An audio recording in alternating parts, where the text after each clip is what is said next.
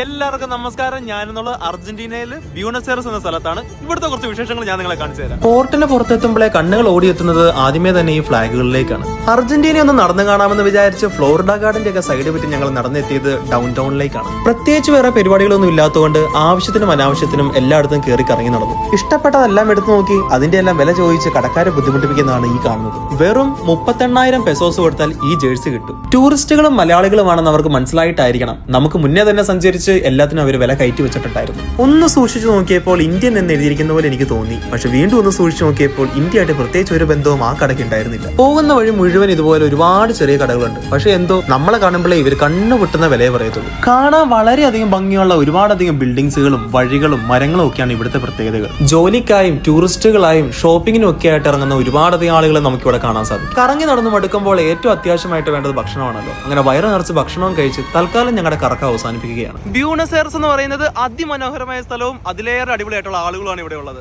ഇതുപോലെയുള്ള വളരെ നല്ല കാഴ്ചകളും പുതിയ കഥകളുമായിട്ട് വീണ്ടും അടുത്ത തവണ കാണാം. ബൈ.